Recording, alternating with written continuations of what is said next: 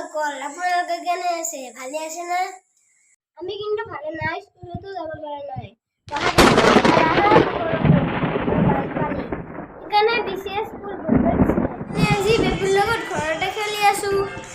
আপোনালোকৰ তাতে পানী হৈছে নে নাই?